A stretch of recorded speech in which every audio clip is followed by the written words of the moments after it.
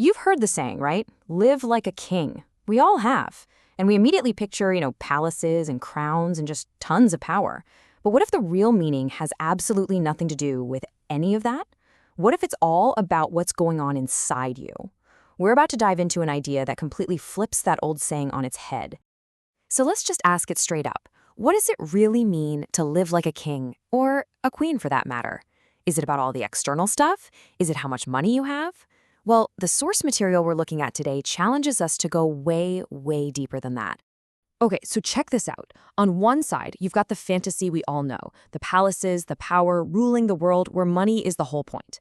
But the reality, according to this text, is the total opposite. It's all about your state of mind. It's about ruling yourself, and money? Well, money just becomes a byproduct of all that. It's not the goal at all. All right, so before we can really build this new way of thinking, we kind of have to tear down all the old ideas. So let's get crystal clear on what living like royalty is not. The source is really blunt about this. This isn't about finding some fancy address or a palace. It's not about trying to rule the world. It's not about actually becoming some kind of literal royalty or thinking you're better than everybody else. And this is a big one, it is definitely not about focusing on money. And this quote, man, it just gets right to the heart of it. It completely flips the script. The idea here is that when you start carrying yourself with this king or queen mindset, the money, the power, that stuff just naturally follows. It becomes the result, not the thing you're chasing. So, if it's not about the outside world, then where in the world does this true power come from? Well, this brings us to the core idea of the text. Your real kingdom, your true source of royalty, is inside you. So here it is, the definition. What does it mean to live like a king? It really boils down to three key things: how you carry yourself out in the world, how you see yourself in your own mind, and, crucially, how you treat yourself. It's all an internal job. It has nothing to do with what you own and everything to do with who you decide to be. And this isn't just an idea, it's a practical path. You can almost think of it as a daily routine. Step 1, you just have to accept who you are. All of it. The good, the bad, everything. Once you're there, you build a daily habit of honoring and respecting yourself. And it's only when you command that respect from yourself, every single day, that it will start to come naturally from other people. It all starts inside and works its way out. Okay, this leads us to what is probably the most powerful, most active part of this whole philosophy. See, this isn't about just sitting around and feeling good. It's something you actively have to build, to forge, through what the text calls the art of self-command. Just let that sink in for a second. Once you command something, you become it. This is so important. It's not about wishing for something or hoping for it. It's a choice. It's a decisive act. You don't wait to feel respectable. You command respect from yourself. And by doing that, you actually become respectable.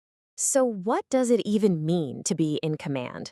The text says it's about being in control, being in a procreation mode. Now, this isn't about controlling other people, not at all. It's about being the creator of your own life, your own reality, actively building the experience you want instead of just, reacting to whatever happens. And as we look here at the source material itself, you can really see how all these pieces click together. It's this whole philosophy that's built on a single core principle, taking your own personal power and aligning it with a higher universal law. But what is that higher law? A real king or queen doesn't just make things up as they go along. They live by a code. And according to this text, that code is the actual foundation of your throne. It's what everything else rests on. Now, the text gets very direct and makes a really profound connection right here. It basically says that the ultimate command in the universe belongs to God.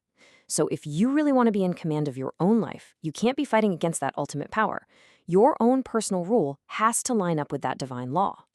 So what is this divine law? Well, the source points directly to the 10 Commandments, but it asks us to look at them in a new light, not just as a bunch of rules, but as the actual operating system for a life of command. It's the code that leads to survival and order instead of chaos and, what the text calls hell. And all of this leads to the final and most ambitious statement in the entire text. The whole reason for living like a king, for mastering yourself, for aligning with this code, it isn't just to have a better life. The ultimate goal here is to embody a divine state of being, to live like a god.